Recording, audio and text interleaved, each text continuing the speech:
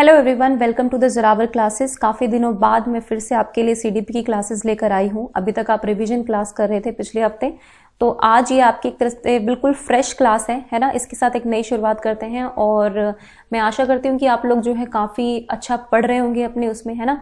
और अपने टारगेट जो है कॉन्सेंट्रेटेड रहिए, टारगेट को जो है छोड़ना नहीं है। हो सकता है कि एक दो दिन आपका मूड ना करे पढ़ाई का, वो चलता है, लेकिन उस जो गैप आता है ना, उस गैप को लंबा ना होने दें। अगर वो गैप लंबा हो गया तो आपका पढ़ाई से ध्यान जो है बिल्कुल हट जाएगा और वो आपके लिए फिर अच्छा नहीं होगा। ठीक है, तो हम क्लास स्टार्ट करें इससे पहले एक नंबर नोट कर लीजिए, 8638008832। ठीक है, this is the WhatsApp number of Zorawar classes. आप यहाँ पर अपना नाम और आपके सब्जेक्ट के लिए तैयारी कर रहे हैं वो आप यहाँ पर लिखकर मैसेज कर सकते हैं। आपको ऐड कर लिया जाएगा बाय अंकित सर, ठीक है, इन द स्टडी ग्रुप। तो चलिए हम आज का अपना जो क्वेश्चन सेशन है वो स्टार्ट करते हैं। तो फर्स्ट क्वेश्चन है, which of the following is more important for keeping the good mental health of students. तो बच्चों के जो मानसिक स्वास्थ्य है उसको बनाए रखने के लिए निम्नलिखित में से कौन सा तरीका जो है सबसे अधिक महत्वपूर्ण है। फर्स्ट है provision for curricular activities, freedom of expression दिया जाए, वैरायटी ऑफ इंटरेस्ट यानी कि रुचियों की भिन्नता हो, या फिर टीचर का रोल और स्कूल का एनवायरनमेंट। तो इनमें से सबसे ज्यादा इंपॉर्टेंट क्या है ये आपको बताना है। ठीक है, ऐसा नहीं है कि एक ऑप्शन गलत होगा तो दूसरा भी, मतलब एक ऑप्शन सही है तो दूसरा गलत ही होगा, ऐसा नहीं होता है। हमें ज्यादा सही को चुनना है।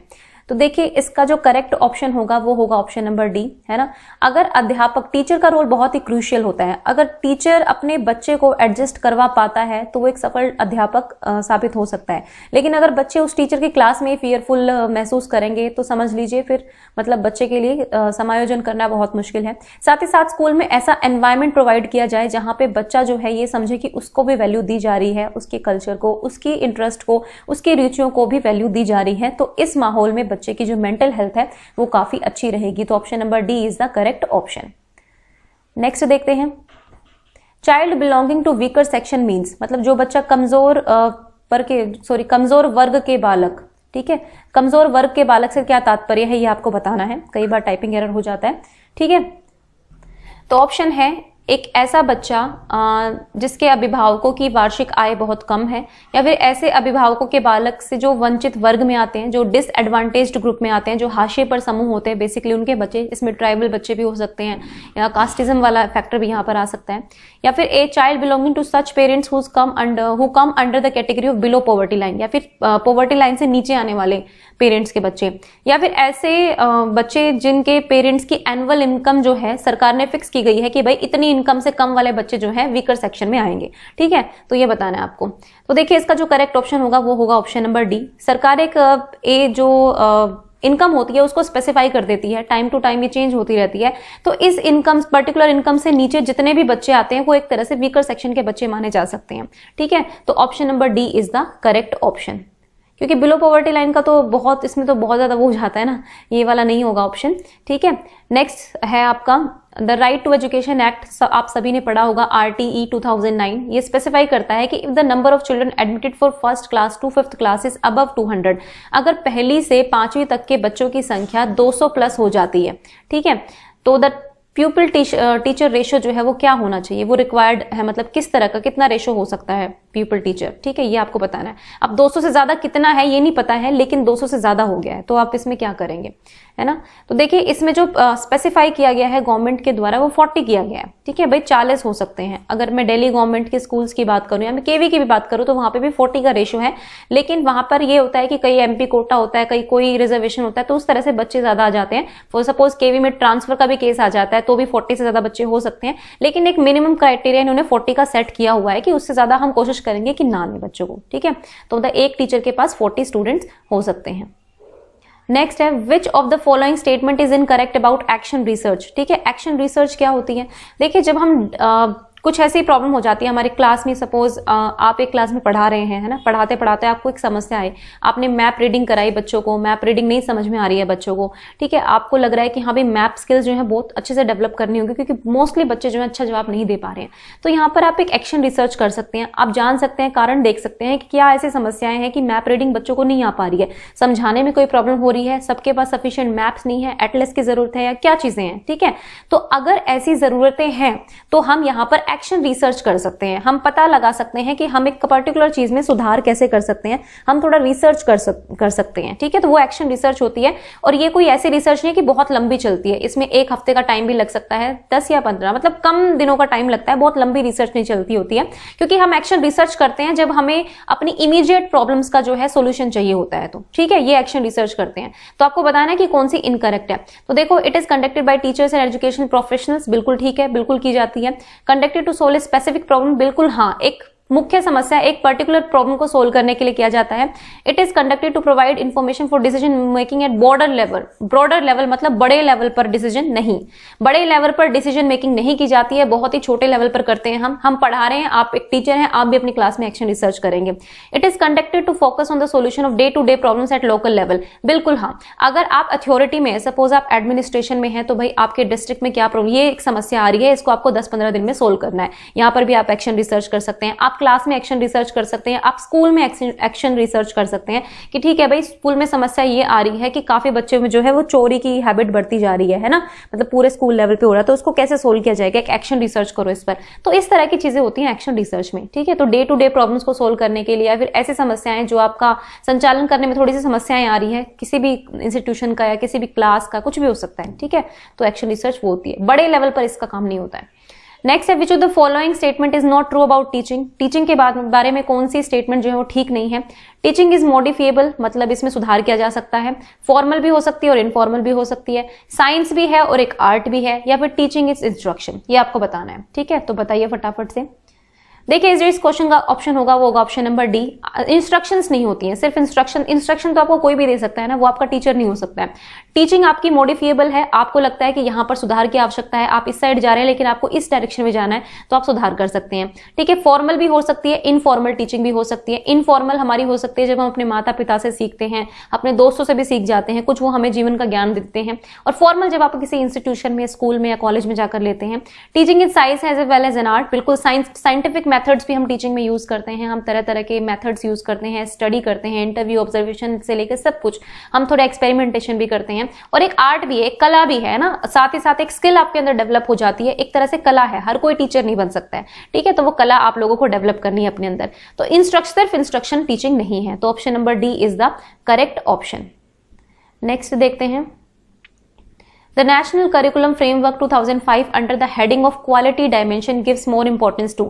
देखिए, NCF 2005 क्वालिटी की बात करता है कि हमें गुणवत्ता आयाम का इससे क्या रिलेशन है, ये बताना है आपको, है ना। फिजिकल रिसोर्सेज की बात है यहाँ पर, क्वालिफाइड और मोटिवेटेड टीचर्स की बात आती है, experience design for the children in terms of knowledge, या फिर बालकों के लिए ज्ञान के संदर्भ में संरचित अनुभवों को इसमें इंक्लूड करते हैं, या फिर experience design for child and curriculum reform, या फिर बच्चे के लिए जो एक्सपीरियंस हम डिजाइन करना चाहते हैं, या करिकुलम में किस तरह के सुधार की हमें आवश्यकता है, पाठ्यचर्या होगी यहाँ पर, ठीक है, पाठ्यचर्या जो है उसमें सुधार की आवश्यकता है, तो ये होगा, तो ये आपको बताना है। तो देखिए, एनसीएफ क्या है, करिकुलम है ना, एक तो पहली बात तो करिकुलम में तो सुधार होना ही होना चाहिए, है ना, वहां पे भी क्वालिटेटिव चेंज चाहते हैं, साथ ही साथ बच्चे के एक्सपीरियंस हमें ऐसे प्रोवाइड करने हैं कि उसको क्वालिटी एजुकेशन मिले, ना कि सिर्फ क्वांटिटेटिव एजुकेशन मिले, ठीक है। तो option number D is the correct option. Next देख लेते हैं, the national curriculum framework 2005 suggest which of the following examination reforms. तो भाई एनसीएफ 2005 इनमें से कौन सा एग्जामिनेशन रिफॉर्म की बात करता है, ये आपको बताना है, ठीक है। तो यहाँ पे आपके सामने ऑप्शंस हैं, क्लास 10 लेवल एग्जामिनेशन ऑप्शनल करेंगे, state level exam to be conducted different stages of school education, competitive entrance examination optional करेंगे, या फिर ऑल ऑफ दीज, है ना, ये आपको बताना है। तो देखिए, कॉम्पिटिटिव एंट्रेंस को ऑप्शनल करेंगे ऐसा तो कुछ नहीं है भाई, कॉम्पिटिटिव एंट्रेंस एग्जाम तो होंगे ही होंगे, जैसे आपका सीटेट होता है, कोई भी कॉम्पिटिटिव एग्जाम होता है, उसको हम ऑप्शनल कर ही नहीं सकते हैं, तो ऑल ऑफ दिस भी आपका कट गया। अब बचे ये कि क्लास 10 एग्जामिनेशन को ऑप्शनल करेंगे और state level exams to be conduct different stages of school education, तो यहाँ पर ऑप्शन नंबर आएगा ए, क्योंकि स्टेट लेवल का थोड़ी सी फ्लेक्सिबिलिटी होती है स्टेट को, वहां पर नेशनल करिकुलम फ्रेमवर्क जो है उनकी चीजें डिसाइड नहीं कर सकता है, उनको एक गाइडलाइन प्रोवाइड करता है, अब वो क्या अडॉप्ट करते हैं वो उनके ऊपर है। लेकिन क्लास 10th में ये आया था एनसीएफ में कि आप इसमें जो है इसको थोड़ा सा फ्लेक्सिबल बनाइए, इसको बोर्ड ऐसे होम बोर्ड इंट्रोड्यूस हुआ है ना, होम बोर्ड इंट्रोड्यूस हुआ या ओपन टेक्स्ट बुक चीजें हुई, तो वो उन सब चीजों के बारे में ये बात करता है एनसीएफ 2005, ठीक है। तो मतलब option number A is the correct option. Next देखते हैं, reducing stress and enhancing success in examination necessitates है ना, क्या होता है, मतलब दबाव को कम करने एवं परीक्षाओं में सफलता के लिए आवश्यक है, क्या आवश्यक है ये आपको बताना है। तो ऑप्शन है ए शिफ्ट टुवर्ड शॉर्टर एग्जामिनेशन, कि भाई छोटे कम अवधि वाले एग्जाम की तरफ जाएंगे, लंबे की तरफ ना जाके। एग्जामिनेशन जो है वो डिफरेंट स्टेजेस में किए जाएंगे स्कूल एजुकेशन में, एनुअल और हाफ ईयरली एग्जाम्स होंगे, या setting up of different agencies for conducting entrance exams, या फिर आप बहुत सारी एजेंसीज सेटअप करेंगे जो एंट्रेंस एग्जाम लेंगी, ठीक है। तो इसका आपको ऑप्शन बताना है। देखो इसमें यहां पर क्या है कि आपको स्ट्रेस कम करना है, आपको सक्सेस इंप्रूव करनी है, तो इसके लिए आपको क्या चाहिए, तो हम इस चीज को तो भूल ही जाएं कि आप डिफरेंट एजेंसी बना देंगे बस हो जाएगा, या फिर आप साल में और एंड में हाफ ईयरली में एग्जाम रख लेंगे और हो जाएगा, या फिर examination to be conducted different stages, या फिर डिफरेंट स्टेज पे होगा, ठीक है भाई, अब 12th सेकंड मतलब सेकंड क्लास में हो रहा है, इसके बाद अब 5th में होगा, इस तरह से, या फिर एक शॉर्टर एग्जामिनेशन की तरफ जाएंगे हम, कम अवधि की परीक्षाओं के अंदर। तो देखो इसका जो ऑप्शन होगा ऑप्शन नंबर ए होगा। इन सब में अगर मैं बात करूं तो option number A is the correct option. फिर अगर आपको डाउट है तो एक बार पूछ लेना, है ना। ऑप्शन नंबर ए सही लग रहा है, क्योंकि देखो यहाँ पर स्ट्रेस की बात हुई है कि आपको स्ट्रेस जो एग्जामिनेशन का हुआ होता है ना, जो लंबे लंबे एग्जाम्स चलते रहते हैं और हर 2 महीने बाद 3 महीने बाद आप एग्जाम पे एग्जाम लिए जाओ, तो इन सब की चीजें के बारे में बात की गई है ना, कि आपको स्ट्रेस कम करना है और सक्सेस बढ़ानी है, तो आप क्या करेंगे, थोड़े छोटे एग्जामिनेशन लेंगे, ठीक है। तो यही आएगा इसका answer, option number A is the correct option. Next question देखते हैं, द पर्पस ऑफ इवैल्यूएशन, ठीक है, मूल्यांकन का उद्देश्य क्या होता है ये आपको बताना है।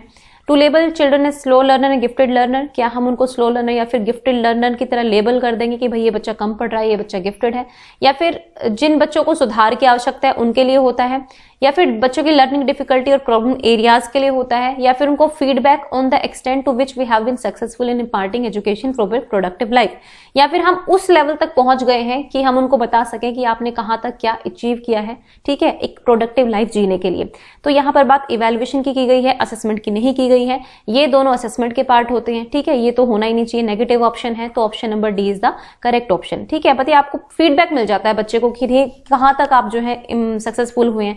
सपोज आपने 5th की रिपोर्ट कार्ड बना दी, तो अब वो 6th में जाना है बच्चा, आप अपनी तरफ से कोई रेमिडिएशन नहीं कर सकते, कोई लर्निंग डिफिकल्टीज को नहीं देख सकते, अब 6th वाला टीचर देखेगा, लेकिन आप ये बता सकते हैं कि हाँ भाई कहां तक बच्चा जो है सक्सेसफुल हुआ है अपने टारगेट्स को अचीव करने में। ओके, नेक्स्ट देखते हैं और लास्ट क्वेश्चन है हमारा, for primary school children which of the following is better, कौन सा जो है वो बेटर होगा, video simulation, demonstrations, hands on experience या ऑल ऑफ दीज, ये आपको बताना है, ठीक है भाई। वीडियो सिमुलेशन के थ्रू सिखाएंगे, आप डेमोन्स्ट्रेशन करेंगे, आपने एक एक्सपेरिमेंट यहाँ पर डेमोन्स्ट्रेट कर दिया और बच्चे सीख रहे हैं, ठीक है, या फिर आप ये करेंगे कि हैंड्स ऑन एक्सपीरियंस देंगे, है ना। क्या ऑप्शन आएगा फटाफट से बताइए। देखिए जो यहाँ पर करेक्ट ऑप्शन होगा वो होगा हैंड्स ऑन एक्सपीरियंसेस, ठीक है, सारे मत लगा देना, आप में से काफी लोगों ने शायद सारे लगा दिए होंगे। देखो यहाँ पर स्पेशली प्राइमरी चिल्ड्रन की बात हुई है, डेमोन्स्ट्रेशन यहाँ पर बहुत कम यूजफुल होता है ना। डेमोन्स्ट्रेशन आप करेंगे कब, आप 8th प्लस में जाएंगे ना, तब डेमोन्स्ट्रेशन ज्यादा आपके लिए वो होता है, जब आप साइंस में डेमोन्स्ट्रेट करके दिखा रहे हैं कोई चीज, जब बच्चा इस कैपेबल हो सकता है कि वो कॉन्सेंट्रेट कर सकता है। प्राइमरी लेवल पर तो बच्चों को कॉन्सेंट्रेशन करना ही बहुत मुश्किल होता है, और वो आप सबसे ज्यादा कर सकते हैं हैंड्स ऑन एक्सपीरियंस देकर बच्चों को। जब बच्चा खुद चीजों को करके सीखेगा ना, तब वो कॉन्सेंट्रेट करेगा चीजों पर, इंटरेस्ट लेगा, उसकी इंटरेस्ट जो है तब उसके कंसेप्ट क्लैरिफाई होंगे, ठीक है। आप वीडियो सिमुलेशन और डेमोन्स्ट्रेशन के थ्रू बच्चों को यहाँ पर कंसेंट्रेट नहीं कर सकते हैं, तो option number C is the correct option. So guys this was the video for today, और आई होप कि आपको क्वेश्चन अच्छे लगे होंगे। मैं ऑब्वियसली किसी ना किसी एग्जाम से क्वेश्चन पेपर लेती हूँ, तो मुझ पर ये इल्जाम मत लगाइएगा कि आपने तो ये वाला एग्जाम ले लिया, वो वाला एग्जाम ले लिया। ये क्वेश्चन की सीरीज बेसिकली आपको तरह तरह के क्वेश्चंस कराने की है, ताकि आप जो है तरह तरह के क्वेश्चंस के साथ डील करना आ जाए आपको। और हो सकता है आप में से कई लोगों के 10 आउट ऑफ 10 आएंगे, हो सकता है कई लोगों के शायद 7-8 आएंगे। एवरेज स्कोर यही रहता है कि आपका 7 to 8 आ जाता है सीडीपी में, ठीक है। लेकिन आपको 10 में से 10 लाने का पूरा प्रयास करना है। आप यहाँ पर 10 में से 10 लाएंगे, तब जाके आप अपने फाइनल एग्जाम में जो है आपका 7-8 का एवरेज बनेगा, ठीक है। So guys thank you for watching the Zorawar classes.